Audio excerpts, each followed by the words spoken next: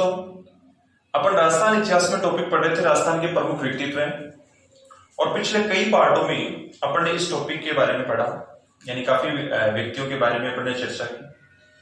आज अपन पढ़ेंगे सबसे पहले एक व्यक्ति को जिनका नाम है गोविंद गिरी।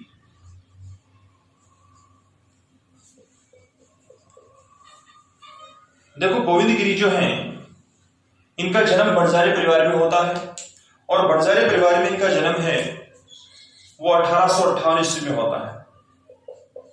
1858 ईस्वी में इनका जन्म होता है, वो बांसे गांव में होता है। और ये जो बांसे गांव है, ये कहां है भाई? डूंगरपुर में। तो बांसे गांव डूंगरपुर से जो संबंध है वो किस व्यक्ति का है भाई? गोविंद गिरी का है। माना जाता है कि गोविंद गिरी की जो मुलाकात है वो स्वामी दयानंद सरस्वती से होती है। जब उदयपुर प्रवास, या अपन कह सकते हैं कि राजस्थान में स्वामी दयानंद है सरस्वती हैं, वो आते हैं और उदयपुर में इनकी मुलाकात होती है। स्वामी दयानंद सरस्वती राजस्थान में 3 बार इनका आगमन होता है। काफी चर्चित व्यक्ति हैं, इनके बारे में बार बार क्वेश्चन भी पूछा जाता है। स्वामी दयानंद सरस्वती को अपन पढ़ेंगे भी। तो गोविंद गिरी है, इनका जो संपर्क होता है वो स्वामी दयानंद सरस्वती के, उन्हीं के सानिध्य में रहते हैं और उन्हीं से प्रेरित होकर ये पूरे जीवन में सामाजिक जो कुरीतियां हैं, सामाजिक दमन है, शोषण है, और बात करते हैं तो जनजातीय जो समाज सुधार का जो कार्य करते हैं वो कौन करते हैं? गोविंद गिरी करता है। गोविंद गिरी ने 1883 में 1883 ईस्वी में संप सभा की स्थापना की। देखो, संप का शाब्दिक अर्थ भी होता है एकजुट। तो आदिवासियों को संगठित या एकजुट करने के लिए इन्होंने 1883 में संप सभा की क्या की? स्थापना। संप सभा की स्थापना 1883 ईस्वी में की, लेकिन याद रहे संप सभा का जो प्रथम अधिवेशन, पहला जो अधिवेशन रखा गया वो कब रखा गया? 1903 में। 1903 में इसका पहला अधिवेशन याद रहे कहां रखा था? मानगढ़ धाम। और मानगढ़ धाम कहां है? बांसवाड़ा। मानगढ़ धाम बांसवाड़ा में संप सभा का पहला अधिवेशन 1903 में रखा गया। उसके बाद में प्रतिवर्ष यानी हर साल यह अधिवेशन होता रहा, जिसके तहत आदिवासियों को संगठित किया जाता था। और आदिवासियों को संगठित करके, जैसे अपन बात करें, सामाजिक जो अत्याचार थे, दमन था, शोषण थे, इनके जो जितने भी सामाजिक कुरीतियां थी उनके विरुद्ध गोविंद गिरी है वो इस अधिवेशन में बातें, या अपन कह सकते हैं चर्चा किया करते थे। धीरे धीरे राजपूताना के दक्षिणी क्षेत्र में ये बात या संप सभा की जो चर्चाएं हैं वो होने लगी। और दक्षिणी में राजस्थान या राजपूताना जो क्षेत्र है, यहाँ के राजा, यहाँ के सामंत, यहाँ के जागीरदारों को ये लगा कि संप सभा का जो अधिवेशन हो रहा है या गोविंद गिरी के नेतृत्व में ये जो आदिवासी एकजुट हो रहे हैं, ये राजा को हटा सकते हैं। तो ये घबराए, और घबराने के कारण याद रहे ये बात है, ये आग की तरह फैली पूरे राजपूताना। क्रमशः 1903 के बाद में प्रतिवर्ष ये अधिवेशन होता रहा और धीरे धीरे बात आ जाती है 1913 की। देखो, संप का शाब्दिक अर्थ भी होता है एकजुट। याद रहे गोविंद गिरी के जो अनुयायी थे इनको भक्त कहा जाता था। तो गोविंद गिरी के अनुयायी भक्त कहलाए, इसलिए इसको भक्त आंदोलन के नाम से भी जाना जाता है। अपन चर्चा कर रहे थे, बात आ जाती है 1913 की। और 1913 में इसी मानगढ़ धाम में अधिवेशन जो हो रहा था वो याद रहे गोविंद गिरी के नेतृत्व में हो रहा था। सभी भील इकट्ठे हो रहे थे और यहां पर 1913 में हो रहे अधिवेशन पर मेवाड़ भील कोर गोलियां बरसाती है। मेवाड़ भील कोर क्या है? एक ऐसी सैनिक टुकड़ी है जो आदिवासियों के हो रहे आंदोलन का दमन करती है या उनके आंदोलन को दबाने का कार्य करती है। तो मेवाड़ भील जो कोर है, इसने गोलियां बरसाई मानगढ़ धाम पर हो रहे अधिवेशन। बात कब की? 1913 की। ये बात 17 नवंबर 1913 की। और 17 नवंबर 1913 को यहाँ पर मेवाड़ भील कोर है या मानगढ़ धाम में हो रही आदिवासियों की जो सभा है, इस पर गोलियां बरसाई जाती है। जिसका नेतृत्व कर रहा है गोविंद गिरी। आपको सवाल पूछ लिया कि भगत आंदोलन का नेतृत्व किसने किया, तो भी आपका उत्तर क्या आएगा? गोविंद गिरी। क्योंकि इनके अनुयायी क्या कहलाते थे? भक्त कहलाते थे। यहां पर माना जाता है कि मेवाड़ भील कौर द्वारा गोलियां बरसाने के कारण यहां पर लगभग 1500 भील मारे गए। कितने भील मारे गए भी? 1500 भील क्या हुए? मारे गए।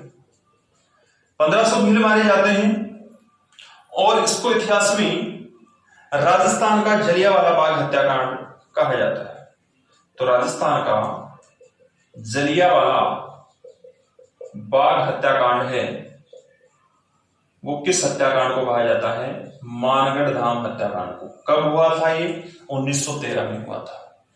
याद रहे, राजस्थान का दूसरा जलियांवाला बाग हत्याकांड, तो आपका उत्तर आएगा नीमूचना हत्याकांड। नीमूचना किसान आंदोलन के दौरान उसको अपन पढ़ेंगे। तो राजस्थान का जलियांवाला बाग हत्याकांड है, ये कौन से हत्याकांड को कहते हैं? मानगढ़ धाम हत्याकांड को। जब कब हुआ था? 1913 में। किसके नेतृत्व में हो रही थी ये सभा? गोविंद गिरी की। किसकी हो रही थी? आदिवासियों या भीलों की। मानगढ़ धाम का हत्याकांड को 100 वर्ष पूरा होने के उपलक्ष्य में, कितने वर्ष? 100 वर्ष। 100 वर्ष पूरे हो जाते हैं और बात आती है 2013 की। 100 वर्ष पूरे होने के उपलक्ष्य में 2013 में राज्य सरकार द्वारा इस मानगढ़ धाम को याद रहे शहीद स्मारक घोषित किया गया। तो सवाल पूछ लिया कि मानगढ़ धाम को शहीद स्मारक है, वो कब घोषित किया गया? तो आपका उत्तर क्या आएगा? 2013 में। कितने वर्ष पूरे होने के उपलक्ष्य में? 100 वर्ष पूरे होने। कौन सी सरकार ने? राज्य सरकार ने। क्या घोषित किया? शहीद स्मारक क्या किया? घोषित किया। याद रहे, गोविंद गिरी को भी इस हत्याकांड के बाद में गिरफ्तार कर लिया जाता है। और गोविंद गिरी की बात करते हैं तो इनको अहमदाबाद जेल में कैद कर दिया जाता है। यहां पर इनको रिहा किया जाता है 1923 में। 1923 में रिहा होते हैं और ये चले जाते हैं कंबोई जिले भी गुजरात में। कंबोई गुजरात में ही अपना अंतिम समय बिताते हैं। कंबोई गुजरात में ही 1931 में इनकी क्या हो जाती है? मृत्यु हो जाती है। याद रहे, संत सभा से जुड़े या भक्त आंदोलन से जुड़े जितने भी भील थे, आदिवासी थे, वो अपनी झोपड़ी पर सफेद झंडे लगाते थे। ये इनकी एक विशेषता थी। तो भक्त आंदोलन या संत सभा से जो जुड़े लोग थे या आदिवासी थे, वो अपनी झोपड़ी पर क्या लगाते थे? सफेद झंडे। 1923 में रिहा होने के बाद कंबोई गुजरात में ये रहने लगते हैं और वही सामाजिक सुधार का कार्य करते हैं। गोविंद गिरी की मृत्यु भी कंबोई गुजरात में होती है, 1931 में होती है। यहां पर माना जाता है कि आखा तीज को, कंबोई गुजरात के अंदर आखा तीज को क्या लगता है? मेला भी लगता है। तो गोविंद गिरी का जो मेला है वो कब लगता है? आखा तीज के दिन लगता है। कहां? कंबोई गुजरात में। अपन बात कर रहे हैं एक ऐसे व्यक्ति का जिनका नाम है गोविंद गिरी, जिनका जन्म 1858 ईस्वी बांसिया गांव डूंगरपुर में होता है। बंजारे परिवार में जन्मे गोविंद गिरी की बात करते हैं तो याद रहे, इनकी मुलाकात होती है स्वामी दयानंद सरस्वती से। स्वामी दयानंद सरस्वती के सानिध्य में रहते हैं या इन्हीं से प्रेरित होकर ये पूरे जीवन भर अपन कह सकते हैं कि सामाजिक कुरीतियां, दमन और शोषण के विरुद्ध ये जनजातीय जो समाज सुधार का काम करते हैं। 1883 ईस्वी में इन्होंने संघ सभा की स्थापना की। आदिवासियों को संगठित करने के लिए या एकजुट करने के लिए इन्होंने संघ सभा की स्थापना की, जिसका पहला अधिवेशन 1903 में मानगढ़ धाम में रखा गया। ये मानगढ़ धाम याद रहे कहां पर है? बांसवाड़ा में है। ये जो गोविंद गिरी थे, इनके अनुयायी भक्त कहलाए, इसलिए इसको भक्त आंदोलन के नाम से भी जाना जाता है। 1903 में इसका पहला अधिवेशन रखा गया। उसके बाद में प्रतिवर्ष ये अधिवेशन रखा जाता था, जिसमें कई आदिवासी भाग लेते थे और अपन कह सकते हैं कि सामाजिक जो अत्याचार थे उनके विरुद्ध गोविंद गिरी इनके साथ में क्या करते थे? चर्चा करते थे। धीरे धीरे बात आती है 1913 की, लेकिन उस समय दक्षिणी जो राजपूताना क्षेत्र है वहां के शासक, सामंत और जागीरदार घबरा जाते हैं। उनको लगता है कि राजा का पद हटाया जाएगा और यहाँ पर आदिवासी हैं वो अधिकार करेंगे। 1913 में मानगढ़ धाम अधिवेशन हो रहा होता है। इसमें काफी संख्या में भील हैं या आदिवासी भाग लेते हैं और यहाँ पर मेवाड़ भील कौर द्वारा गोलियां बरसाई जाती हैं। मेवाड़ भील कौर द्वारा गोलियां बरसाने के कारण 1500 भील लगभग मारे जाते हैं। याद रहे बात 17 नवंबर 1913 की है और इस जो मानगढ़ धाम हत्याकांड है इसको राजस्थान का जलियांवाला बाग हत्याकांड के नाम से भी जाना जाता है। मानगढ़ धाम हत्याकांड को 100 वर्ष पूरा होने पर 2013 में राज्य सरकार द्वारा इसको शहीद स्मारक घोषित किया गया। याद रहे, इनको भी, गोविंद गिरी को भी गिरफ्तार कर लिया जाता है इस हत्याकांड के तहत और इनको अहमदाबाद जेल में कैद किया जाता है। 1923 में इनको रिहा किया जाता है। ये यहां से रिहा होने के बाद कंबोई गुजरात में जाते हैं। कंबोई में ही इनकी 1931 में क्या हो जाती है, मृत्यु हो जाती है और कंबोई में इनके नाम से मेला भी लगता है जो आखा तीज के दिन लगता है। ऐसे ही बात करते हैं तो एक व्यक्ति है राजस्थान की जिनका नाम है बाल मुकुंद बिसा। बाल मुकुंद बिसा है, इनका संबंध है वो पुष्करणा से है या इनका जन्म जो हुआ वो याद रहे कब हुआ था, 1908 में। कहां हुआ था? पुष्करणा में। पुष्करणा जगह कहां है? जोधपुर में। इनकी 2-3 बातें याद रखें। बाल मुकुंद बिसा को राजस्थान का जतिन दास कहा जाता है। सवाल पूछा कि राजस्थान का जतिन दास, देखो राजस्थान का जतिन दास क्यों कहा जाता है, इसकी भी ऊपर चर्चा करेंगे। तो राजस्थान का जतिन दास है, किसको कहा जाता है? बाल मुकुंद बिसा को कहा जाता है। बाल मुकुंद बिसा जो है, इनकी जो शुरुआत शिक्षा होती है, प्रारंभिक जो शिक्षा होती है, वो याद रखना कलकत्ता में होती है। कलकत्ता में रहते हैं, कलकत्ता से वापस आते हैं। वापस आने के बाद और कलकत्ता से आने के बाद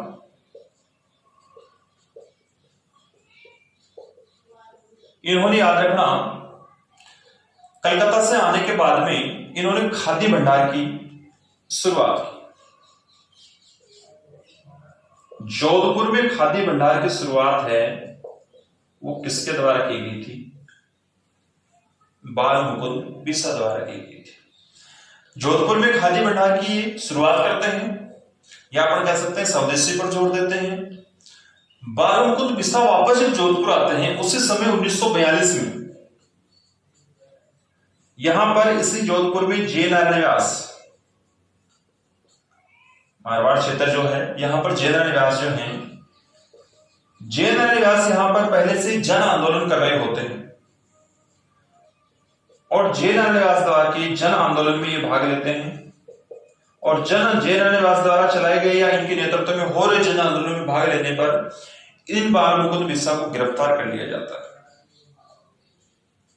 इनको गिरफ्तार करके जोधपुर की जेल में डाल दिया जाता है। जोधपुर की जेल के अंदर रहते हुए इन्होंने, याद रखना, भूख हड़ताल की थी और माना जाता है इस भूख हड़ताल के तहत ये कमजोर हुए और इनकी क्या हो गई? मृत्यु हो गई। ऐसे ही कलकत्ता निवासी जतिन दास नामक एक अच्छे क्रांतिकारी हुए हैं और जतिन दास ने भी 63 दिन का लाहौर जेल के अंदर, जो वर्तमान में पाकिस्तान में है, वहां पर रहते हुए 63 दिन, 63 दिन उन्होंने डेज क्या किया था? भूख हड़ताल की थी, जिसके तहत उनकी मृत्यु हो गई थी। इसलिए बाल मुकुंद बिसा को राजस्थान का जतिन दास कहा जाता है। तो भूख हड़ताल के कारण राजस्थान के किस स्वतंत्रता सेनानी की मृत्यु हुई थी? बाल मुकुंद बिसा की हुई थी। तो बाल मुकुंद बिसा को एक तो उपनाम से जाना जाता है, एक याद रखना इनकी मृत्यु भूख हड़ताल से हुई थी। ये 2-3 बातें ही इनकी मुख्य याद रखनी। तो देखो, बाल मुकुंद बिसा का जन्म 1908 पुष्करणा जोधपुर में होता है। इनको राजस्थान का जतिन दास कहते हैं। जतिन दास एक व्यक्ति का नाम है जो क्रांतिकारी रहे, कलकत्ता निवासी हैं, जिनकी मृत्यु लाहौर में होती है, वो भी भूख हड़ताल से होती है। बाल मुकुंद बिसा की भी मृत्यु भूख हड़ताल से होती है, इसलिए इनको राजस्थान में क्या कहते हैं? जतिन दास। उनको जतिंद्र नाथ के नाम से भी जाना जाता है, वास्तविक नाम जतिंद्र नाथ। इनकी प्रारंभिक शिक्षा कलकत्ता में होती है। कलकत्ता से वापस आने के बाद में इन्होंने खादी भंडार की शुरुआत की, जो जोधपुर में की, स्वदेशी पर जोर दिया। 1942 में जैन अरण्यवास के नेतृत्व में हो रहे जन आंदोलन में भाग लेने के कारण इनको गिरफ्तार किया गया और गिरफ्तार करके जोधपुर जेल में कैद किया गया। जोधपुर जेल में रहते हुए इन्होंने भूख हड़ताल की, जिसके तहत इनकी क्या हो गई थी? मृत्यु हो गई थी। ये तो ये बाल मुकुंद बिसा था। ऐसे ही एक अच्छे व्यक्ति में जिनका नाम है सागर मल गोपा।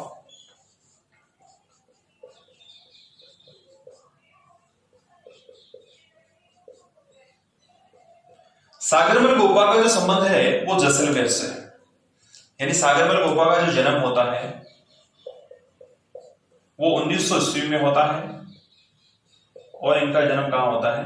जैसलमेर में। देखो सागरमल गोपा है, इनकी मुख्य मुख्य 3 बातें याद रखें। पहली बात, इन्होंने 1915 में 1915 में इन्होंने सर्वहितकारी वाचनालय की स्थापना की। तो सर्वहितकारी वाचनालय की स्थापना किसने की थी? तो आपका उत्तर क्या आएगा? सागरमल गोपा। ये क्या है सर्वहितकारी वाचनालय? सर्वहितकारी वाचनालय जिसके तहत, याद रखना, राष्ट्रीय विचार रखने वाले या अपन कह सकते हैं राष्ट्रीय विचारों के या राष्ट्रीय हित के जो समाचार पत्र थे या पुस्तक पुस्तिकाएं थी वो मंगवाई जाती थी। सर्वहितकारी वाचनालय एक सभा, एक संस्था थी। तो सर्वहितकारी वाचनालय संस्था की स्थापना है वो सागरमल गोपा ने की, जिसके तहत राष्ट्रीय हित या अपन कह सकते हैं राष्ट्रीय हित के साहित्य के जितने भी पत्र पत्रिकाएं या पुस्तकें जो होती थी वो मंगवाई जाती थी। इसके अलावा इन्होंने 1932 में 1932 में इन्होंने मंडल बनाया था जिसका नाम है माहेश्वरी नवयुवक मंडल।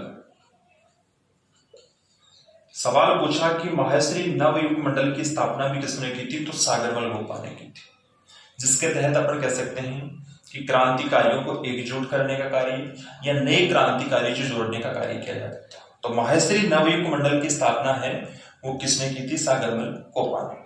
सागरमल गोपा ने कुछ पुस्तकें लिखी जिससे यहाँ के या जैसलमेर रियासत के शासकों के विरुद्ध बातें लिखी, जिसके तहत जैसलमेर रियासत के शासक थे या जैसलमेर रियासत के जागीरदार जो सामंत थे उनको बहुत बड़ी दिक्कत होती है और राजद्रोह का इन पर आरोप लगाया जाता है। कैसे? इन्होंने देखो एक पुस्तक लिखी, जैसलमेर में गुंडाराज। जैसलमेर में गुंडाराज, जैसलमेर में गुंडाराज और आजादी के दीवाने। आजादी के दीवाने, ये दोनों पुस्तक हैं वो किसने लिखी थी? सागरमल गोपा ने। जैसलमेर में गुंडाराज पुस्तक है, इसी के अंदर इसने याद रहे राजपूताने या यहाँ के जो शासक थे, राजा थे, उनके विरुद्ध इन बातें लिखी कि ये अत्याचार हैं या इनके अत्याचार हम नहीं सहेंगे। इसीलिए सागरमल गोपा पर राजद्रोह का आरोप लगा था और सागरमल गोपा को याद रखना राजद्रोह के आरोप में इनको 1942 में क्या किया गया? गिरफ्तार किया गया। 1942 में इनको गिरफ्तार किया जाता है और एक इंस्पेक्टर द्वारा, जिसका नाम गुमान सिंह, इस गुमान सिंह द्वारा सागरमल गोपा के साथ में अमानवीय अत्याचार किए जाते हैं, मानसिक शारीरिक यातनाएं दी जाती हैं। 1946 के अंदर सागरमल गोपा को केरोसिन तेल डालकर, केरोसिन या मिट्टी का तेल डालकर इसको जिंदा जला दिया जाता है। तो मिट्टी का तेल या केरोसिन तेल डालकर किस व्यक्ति को या किस स्वतंत्रता सेनानी को जिंदा जला दिया जाता है? तो आपका उत्तर क्या आएगा? सागरमल गोपा। सागरमल गोपा है, इनकी मृत्यु कब होती है? 1946 में। 1946 में इनकी क्या हो जाती है? मृत्यु हो जाती है। सागरमल गोपा की आपको मुख्य 3 ही बातें याद रखनी है। एक तो देखो सर्वहितकारी वाचनालय की स्थापना की, जिसके तहत राष्ट्रहित साहित्य के पत्र पत्रिकाएं या राष्ट्रीय विचारों से संबंधित जो पत्र पत्रिकाएं वो मंगवाए जाते थे। 1932 में इन्होंने माहेश्वरी नवयुवक मंडल की क्या की थी? स्थापना की थी। इनकी 2 पुस्तकें जैसलमेर में गुंडाराज, आजादी के दीवाने, इनको राजद्रोह के आरोप में 1942 में गिरफ्तार किया गया। गुमान सिंह जो इंस्पेक्टर था, इसके द्वारा इनको खूब यातनाएं दी गई, अमानवीय यातनाएं दी गई, अमानवीय इसके साथ में अत्याचार किए गए। केरोसिन का या मिट्टी का तेल डालकर इनको जिंदा जला दिया गया। किसको? सागरमल गोपा। तो आपको दोस्तों अपन राजस्थान के प्रमुख व्यक्तित्व टॉपिक पढ़ रहे हैं। अपन वैसे बात करते हैं तो राजस्थान के प्रमुख व्यक्तित्व टॉपिक में लगभग जैसे राजवंश से जुड़े हैं, जैसे प्रजामंडल से जुड़े हैं, सभी व्यक्ति आ जाते हैं। लेकिन कुछ मुख्य मुख्य जो व्यक्ति हैं उनके बारे में मैंने चर्चा की है। इसके अलावा अपन जो जितने भी व्यक्ति हैं, जैसे अपन बात करें तो व्यक्तित्व के अंदर सभी राजवंश के शासक आ जाते हैं, चाहे वो मेवाड़ के शासक होंगे चाहे मारवाड़ के होंगे, तो कुछ अपन राजवंश में पढ़ेंगे, कुछ अपन बात करते हैं तो प्रजामंडल आंदोलन के दौरान पढ़ेंगे, कुछ अपन किसान आंदोलन के दौरान कुछ व्यक्तियों के बारे में चर्चा करते हैं। धन्यवाद दोस्तों।